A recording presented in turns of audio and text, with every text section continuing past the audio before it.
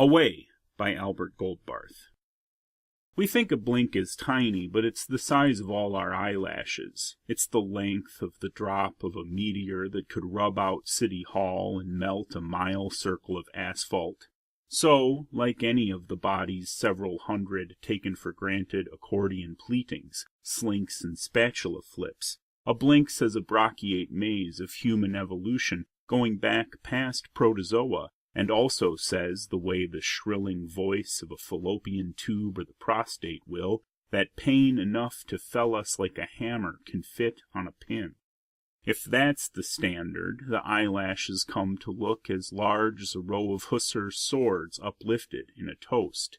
If that's the standard, no wonder a blink is span aplenty for the cockroach on the kitchen floor to vanish, without so much as even a hokey, magicianly poof.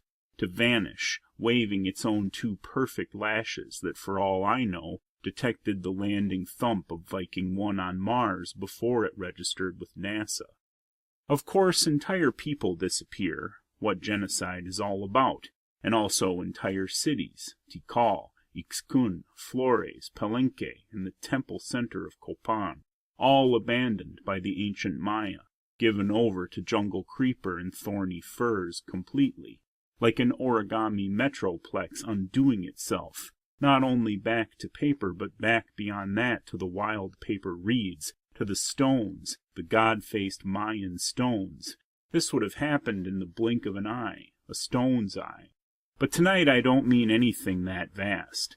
I only mean my friend Dolores says she turns these days to Eduardo in bed and sees he's someone else.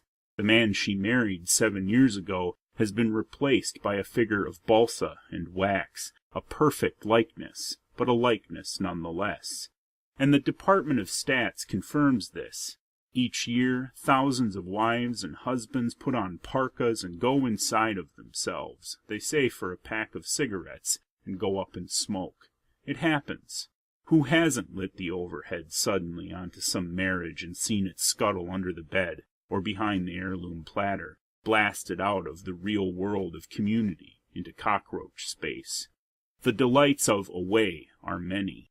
The grass of away is deeper, sweeter, narcotic, viridian than the lawns of here could ever be fertilized into. Oh, write me care of vamoose, oblivion. When I was a child, 6 or 7 or so, and the day was 6 or 7,000 consecutive terrors and humiliations, and everything spun too fast to grasp exactly, including love, including self, I'd curl in bed, the way I might now, or my wife might now, although with the return half of the ticket in our holding.